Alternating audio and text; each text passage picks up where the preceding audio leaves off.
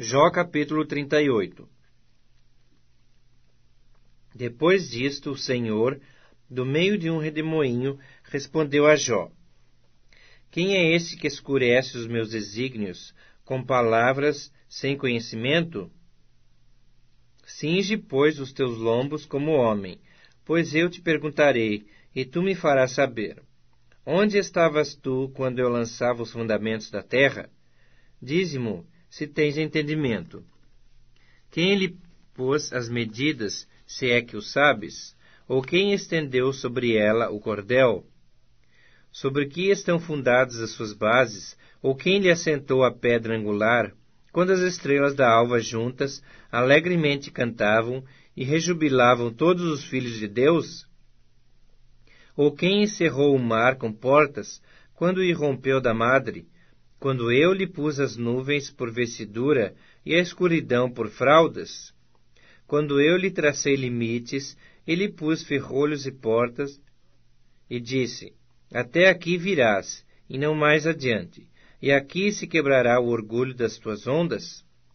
Acaso, desde que começaram os teus dias, deste ordem à madrugada, ou fizeste a alva saber o seu lugar, para que se apegasse às orlas da terra, e desta fossem os perversos sacudidos? A terra se modela como o barro debaixo do selo, e tudo se apresenta como vestidos. Dos perversos se desvia a sua luz, e o braço levantado para ferir se quebranta. Acaso entraste nos mananciais do mar, ou percorreste o mais profundo do abismo? Porventura te foram reveladas as portas da morte? Ouviste essas portas da região tenebrosa? Tens ideia nítida da largura da terra? Dize-mo se o sabes. Onde está o caminho para a morada da luz? E quanto às trevas, onde é o seu lugar? Para que as conduzas aos seus limites e discernas as veredas para a sua casa? Tu o sabes, porque nesse tempo eras nascido, e porque é grande o número dos teus dias. Acaso entraste nos depósitos da neve e viste os tesouros da saraiva, que eu retenho até o tempo da angústia, até o dia da peleja e da guerra? Onde está o caminho para onde se difunde a luz e se espalha o vento oriental sobre a terra? Quem abriu regos para o aguaceiro, ou caminho para os relâmpagos dos trovões, para que se faça chover sobre a terra, onde não há ninguém, e no ermo em que não há gente, para dessedentar a terra deserta e assolada, e para fazer crescer os renovos da erva? Acaso a chuva tem pai? Ou quem gera as gotas do orvalho? De que ventre procede o gelo? E quem dá à luz a geada do céu? As águas ficam duras como a pedra, e a superfície das profundezas se torna compacta. Ou poderás tu atar as cadeias do sete estrelo, ou soltar os laços do Órion? Ou fazer aparecer os signos do zodíaco, ou guiar a ursa com seus filhos? Sabes tu as ordenanças dos céus? Podes estabelecer a sua influência sobre a terra? Podes levantar a tua voz até as nuvens, para que a abundância das águas te cubra? Ou ordenarás aos relâmpagos que saiam e te digam, eis-nos aqui? Quem pôs sabedoria nas camadas de nuvens? Ou quem deu entendimento ao meteoro? Quem pode numerar com sabedoria as nuvens? Ou os odres dos céus, quem os pode despejar? Para que o pó se transforme em massa sólida e os torrões se apeguem uns aos outros. Caçarás porventura a presa para a leoa? Ou saciarás a fome dos leõezinhos, quando se agacham nos covis e estão à espreita nas covas? Quem prepara aos corvos o seu alimento, quando os seus pintainhos gritam a Deus e andam vagueando por não terem que comer? Jó capítulo 39. Sabes tu o tempo em que as cabras monteses têm os filhos, ou cuidaste das corças quando dão suas crias? Podes contar os meses que cumprem, Ou sabes o tempo do seu parto? Elas encurvam-se para terem seus filhos, e lançam de si as suas dores. Seus filhos se tornam robustos, crescem no campo aberto, saem e nunca mais tornam para elas. Quem despediu livre o jumento selvagem, e quem soltou as prisões ao asno veloz, ao qual dei o ermo por casa, e a terra salgada por moradas? Ri-se do tumulto da cidade. Não ouve os muitos gritos do arreeiro. Os montes são o lugar do seu pasto, e anda à procura de tudo o que está verde. Acaso quer o boi selvagem servir-te? Ou passará ele a noite junto da tua manjedoura? Porventura podes prendê-lo ao sulco com cordas? Ou gradará ele os vales após ti? Confiarás nele por ser grande a sua força? Ou deixarás a seu cuidado o teu trabalho? Farás dele que te traga para casa o que semeaste, e o recolha na tua eira? A avestruz bate alegre as asas. Acaso, porém, tem asas e penas de bondade? Ela deixa os seus ovos na terra, e os aquenta no pó, e se esquece de que algum pé os pode esmagar, ou de que podem pisá-los os animais do campo. Trata com dureza os seus filhos, como se não fossem seus. Embora seja em vão o seu trabalho, ela está tranquila, porque Deus lhe negou sabedoria, e não lhe deu entendimento. Mas quando de um salto se levanta para correr, ri-se do cavalo e do cavaleiro. Ou dás tu força ao cavalo, ou revestirás o seu pescoço de crinas? Acaso o fazes pular como ao gafanhoto? Terrível é o fogoso respirar das suas ventas. Escarva no vale, folga na sua força, e sai ao encontro dos armados. Ri-se do temor, e não se espanta, e não torna atrás por causa da espada.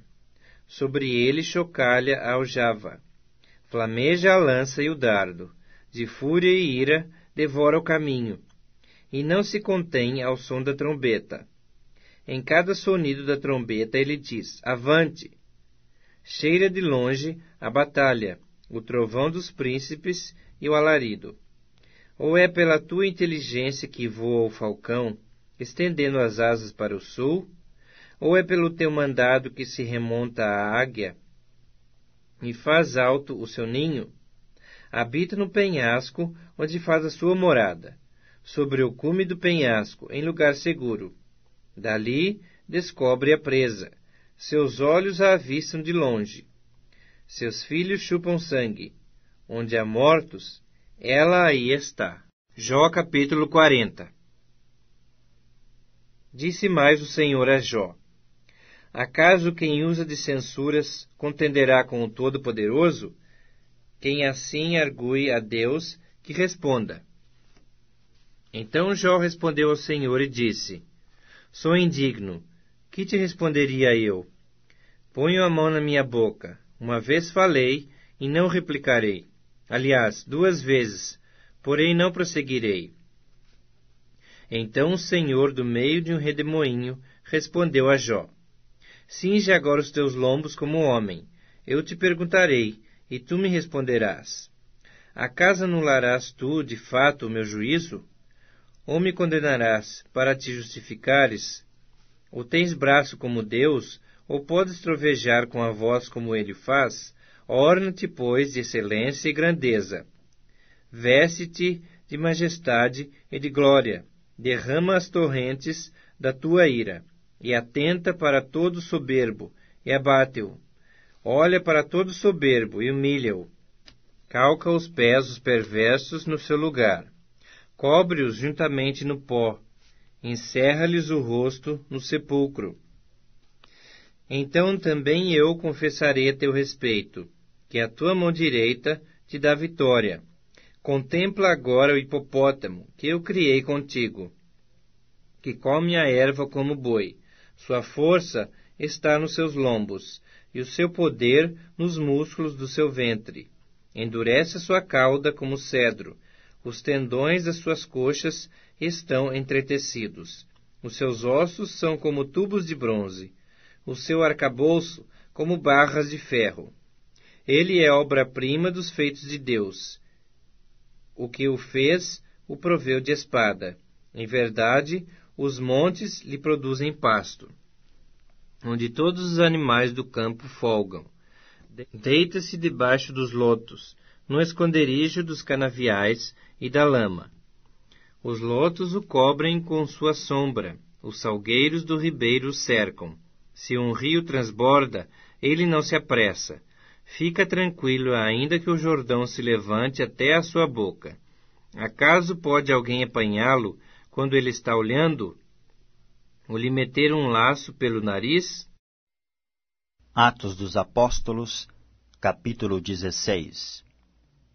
E chegou a Derbe e Listra, e eis que estava ali um certo discípulo, por nome Timóteo, filho de uma judia que era crente, mas de pai grego, do qual lhe davam bom testemunho os irmãos que estavam em Listra e em Icônio. Paulo quis que este fosse com ele, e tomando-o, o circuncidou, por causa dos judeus que estavam naqueles lugares, porque todos sabiam que seu pai era grego.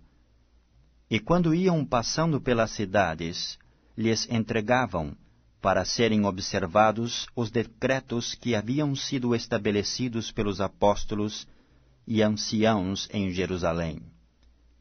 De sorte que as igrejas eram confirmadas na fé, e cada dia cresciam em número. E passando pela Frígia e pela província da Galácia, foram impedidos pelo Espírito Santo de anunciar a palavra na Ásia. E quando chegaram a Mísia, intentavam ir para a Bitínia, mas o Espírito de Jesus não lhe permitiu. E tendo passado por Mísia, desceram a Troas. E Paulo teve de noite uma visão, em que se apresentou um varão da Macedônia e lhe rogou, dizendo: Passa a Macedônia e ajuda-nos. E logo depois desta visão, procuramos partir para a Macedônia, concluindo que o Senhor nos chamava para lhes anunciarmos o Evangelho. E navegando de Troas, fomos correndo em caminho direito para a Samatrócia, e no dia seguinte para Nápoles.